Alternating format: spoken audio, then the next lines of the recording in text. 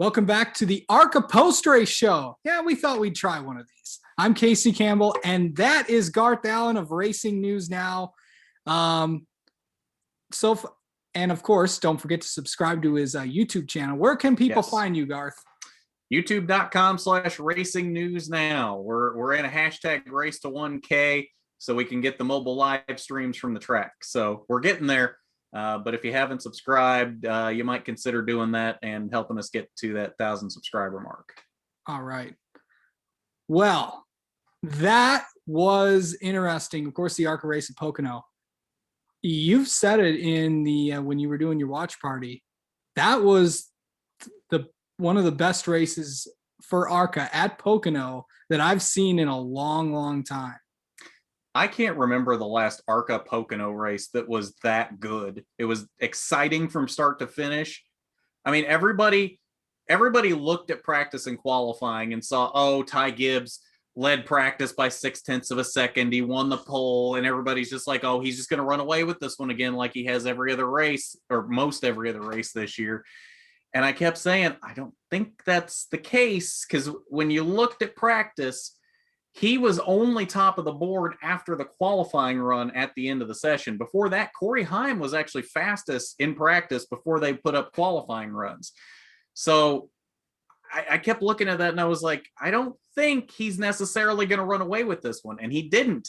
It was really between him, Chandler Smith, and Corey Heim. They were right there on top of each other that entire race. And even when you weren't looking at those three, there was good racing back in the pack. It was just, I couldn't tell you the last ARCA Pocono race that was this exciting. I loved it. Yeah, I mean, it was amazing to see. And there were a lot of guys that had some good runs. You know, Drew Dollar running up in the top 5. Nick Sanchez, Thad Moffitt, goodness gracious. We've had some crazy, speaking of Thad Moffitt, we had some crazy saves in the race. Mm-hmm. Guys like sliding around in there. I don't even know how Chandler held on to that one. I don't know how Chandler or Thad held on. What? I said, I don't know how Chandler or Thad held on. Yeah. That's crazy. Yeah, of course, I did mention Chandler Smith was in this race. How do you think we thought we were done seeing Chandler in the ARCA series? And guess what? He's back, and he played a major factor in this race.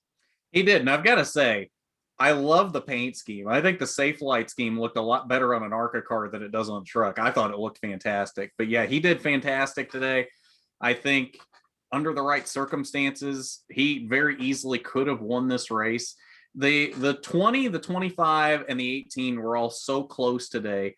It was just a matter of how they got out in what order off of restarts, because essentially once they single filed out, that was essentially how they stayed until the next caution. Then it jumbled up again on the next restart. They were that close that it was really a matter of how they evened out on a restart, except when Chandler had his little bobble trying to get around a lap car, and then they all three fanned out trying to get around each other on the front stretch in the middle of a run. But yeah, Chandler, I was impressed today. He definitely could have won this race had it not been for his little snafu with Ty there near the end. Yeah, guys in the top. How about Andy Jankowiak finishing 7th today? Andy Jankowiak is somebody that has a lot of talent, and I think you put him in the right car, he could win some ARCA races. He's got a lot of talent. I really wish one of these bigger teams would pick him up, because I think he'd be a great addition to a team. Yeah, Sean Core finished top 10 today. There was there were a couple other guys. Ryan Huff finished top 10 today, and Ryan had a pretty interesting day. I will say. He caused a lot of, well, I don't want to say he caused a lot of drama today, but he was around a lot of drama today. A couple of those wrecks today, I don't know exactly what happened with a couple of those. Fox didn't have the greatest camera angles on some of those. So honestly, from my view, it was a little inconclusive of whether he actually got into anybody today, but he always seemed to be right there when somebody was getting spun. So I don't know if he was actually getting into people or if he was just wrong place, wrong time all the time. But I mean, he was right there with the Jack Wood, Jason Kitzmiller incident. He was right there with who was the other person that spun right in front of him? There was another one. Yeah. But yeah, he was always right there, and Fox never gave the greatest angles to really be able to tell whether he was actually getting into him or not. So I don't want to blame him for those if he wasn't actually doing it, because I never actually could tell if he was or not. Yeah. One more note before we get back to the winner. Sam Mayer also made his return today. Not the best ARCA return for Sam. Of course, he'll make his Xfinity Series debut Sunday for Junior Motorsports, but not the result he wanted today. No, he was. I mean, you even look back to practice and qualifying.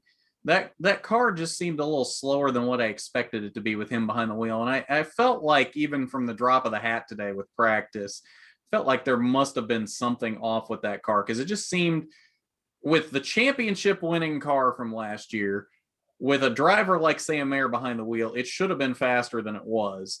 And I think from the very beginning, they did have something off. And finally, whatever it was, I never saw exactly what the mechanical issue was that sidelined him permanently, but he had some sort of mechanical issue that fairly early in the race, finally he blew the engine, and that was it. I think he said the drive shaft popped out. So, oh, is that what it was? Okay. Yeah, that's what he tweeted after the race begins. So Corey Heim wins this race, and yes, it is Heim time. It's Heim time, baby. Yeah. Okay, so I want to go to that. Okay, everybody talks about Ty Gibbs. Everybody talks about Sam Mayer, and even Taylor Gray gets in that conversation as well. But you have said that Corey Heim is right there with them. Why? I've been very impressed with Corey Heim from the moment he showed up on the ARCA scene, even back when he drove for Chad Bryant Racing, a team that wasn't quite a top team. Once Chad Bryant took over and it stopped being Cunningham Motorsports, they stopped being like top level ARCA. They were still fairly competitive, but they weren't really like championship contenders at that point. And he was still, even with very little ARCA experience, when he was in that 22 car, he was fast. Week in, week out, every week he would put that car up front with little to no experience at that level. And then you put him in a Venturini car. He goes out and dominates Kansas last year at the end of the season and wins. And then he goes out this year, wins Daytona and Talladega, and now wins Pocono. He's been right there with Ty Gibbs all year. He's somebody that, you're right, I have said for a while now, he is right there on that talent level with Ty Gibbs, with Sam Mayer, with Taylor Gray. He's right there with all of them. It's just that I don't think Venturini is quite putting the greatest cars under him right now. I know they're working as hard as they can to put great cars underneath him, but they have been a little behind ever since the K&N merger, and they changed up the cars a little bit at the beginning of last season. They've been a little behind, and it doesn't seem like they've caught up that much ever since they got a little behind at that point. And I think the equipment is more holding him back than anything. If you put Corey in that 18 car, I think he'd do exactly what Ty is doing right now, if not better than what Ty is doing right now. Yeah.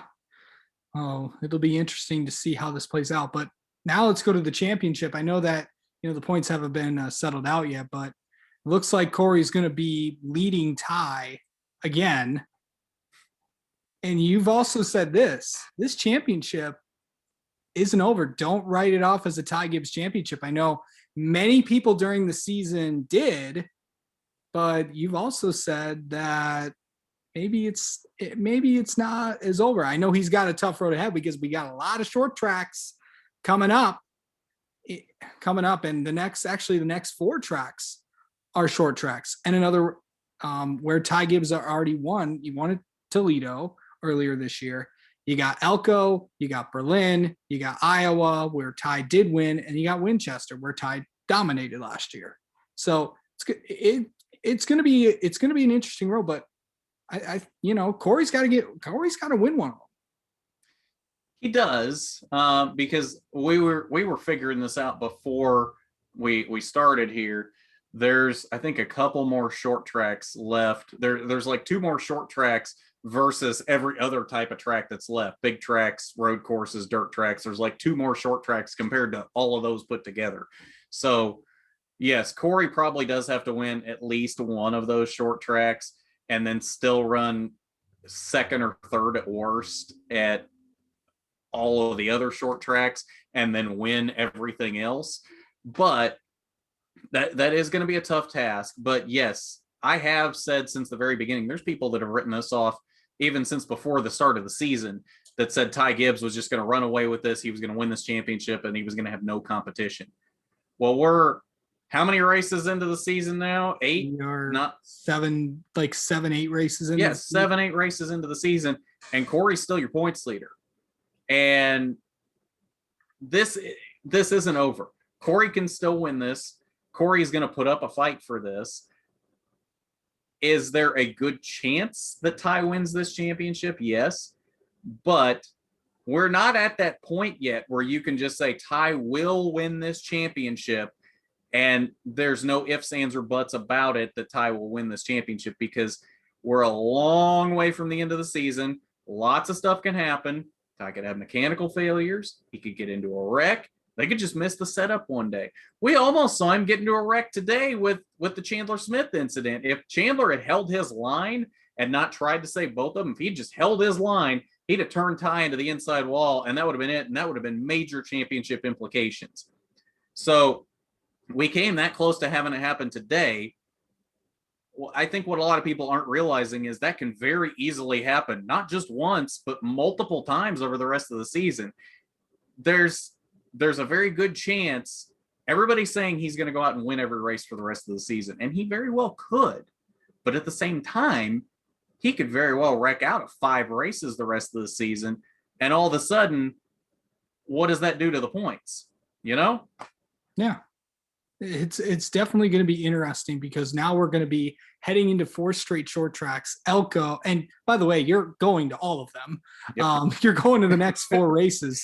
So You're going to have a front row seat to all of this. When you go to Elko, what are you going to expect when we do go there? Because it's going to be Corey Heim, Ty Gibbs, kind of like what we saw at Toledo. Jesse Love's going to be in there. Gracie Trotter will be in there. You got Nick Sanchez, who ran pretty good. Thad Moffitt. So what are you going to expect when we go to Elko in 2 weeks? I mean, the easy answer is Ty Gibbs is going to win. But I mean, he up to this point, he's definitely showed us that he is the master of the short tracks right now. That right. If anybody's going to win on short tracks, it's probably going to be him. But at the same time, like I just said, anything can happen. That's why we run these races, because we don't know what's going to happen. You can't just say, oh, Ty's going to win this race. He could have mechanical issues. He could get into a wreck. It is a short track. Wrecks happen on short tracks very frequently, might I remind you. So I like I said, I think the easy answer is to say Ty will win, but I think Corey and the Venturini Motorsports team might have finally figured out something today at Pocono, because he did mention before the race that I think he said they brought a new car today. So they might be trying to do some new things, and maybe they're working. So, maybe today's a step in the right direction for that 20 team, and maybe they go out and win Elko. And then that raises big question marks as to, okay, if Corey can win Elko, what's that mean for the championship? Because, I mean, if anything, the short tracks are the givens right now for Ty Gibbs. So if Corey can go out and win at Elko, that throws a big wrench into this championship. Yeah, definitely, for sure. And it's gonna be a one fun race at Elko. Don't like the start time though. I think it's a 10 p.m. Eastern start time. 9 p.m. for my friends out in Central Time. So yeah, it should be. That's one of the advantages of me being there. I get it an hour earlier. True. Yeah. Well, it'll be just in time as I think the SRX race at Slinger would be that weekend. So just right after that, you can go into the ARCA race. Yeah. So yeah. All right. Well, Garth Allen, thank you so much. Garth Allen from Racing News Now. Thanks for joining us tonight on the ARCA post race show. And we'll like to thank you, and we'll see you in 2 weeks for the ALCO post race show. Sounds good. Thanks for having me, Casey.